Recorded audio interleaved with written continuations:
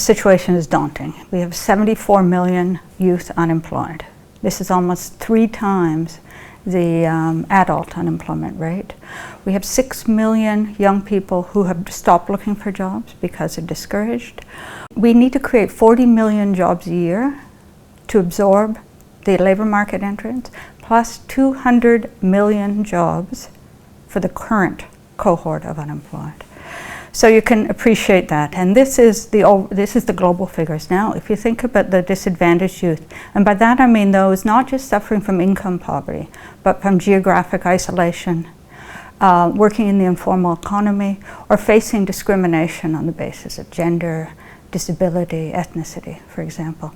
We haven't got good figures on this, but we do know there are 200 million young people are working but only earning or living on $2 a day or less. So that gives you kind of flavor of the incredible challenges we're facing with youth employment, particularly for disadvantaged youth. I mean, I guess when you hear me talk about how many jobs we need to create, you'd wonder why would we bring up skills.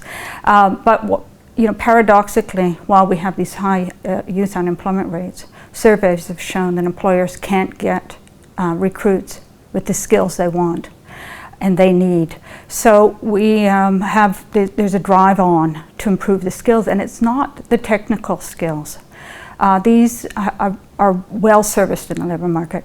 What we're seeing is greater demand for what the ILO calls core work skills, which is the ability to communicate, teamwork skills, problem-solving skills, and what we call learning to learn.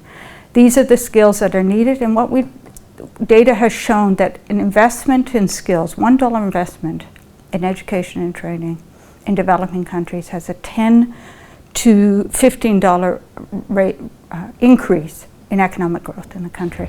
So they go hand in hand.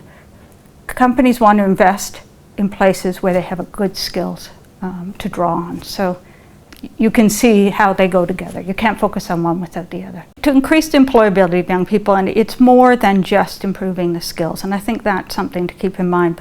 But we are focusing on getting good quality education and training to all youth.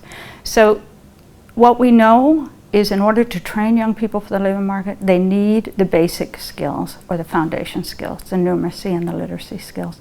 So while we're training, if they don't have those skills, we need a package of services that include those as well. Often they need also psychosocial support, other kinds of support. Increasing the access to geographically has been a challenge. We're seeing more and more use of mobile technologies to do this, but we also see that the skills are more for urban youth, and they're not they're not as relevant for young people in rural areas. So this is another area that needs to be focused on.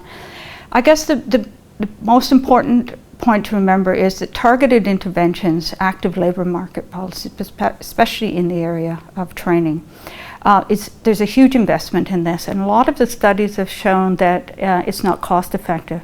But that's because they look at short-term costs, not the long-term, the intergenerational poverty. We are at risk of losing a whole generation of young people. So we have to focus on that, and we have to target the interventions at the disadvantage they're facing.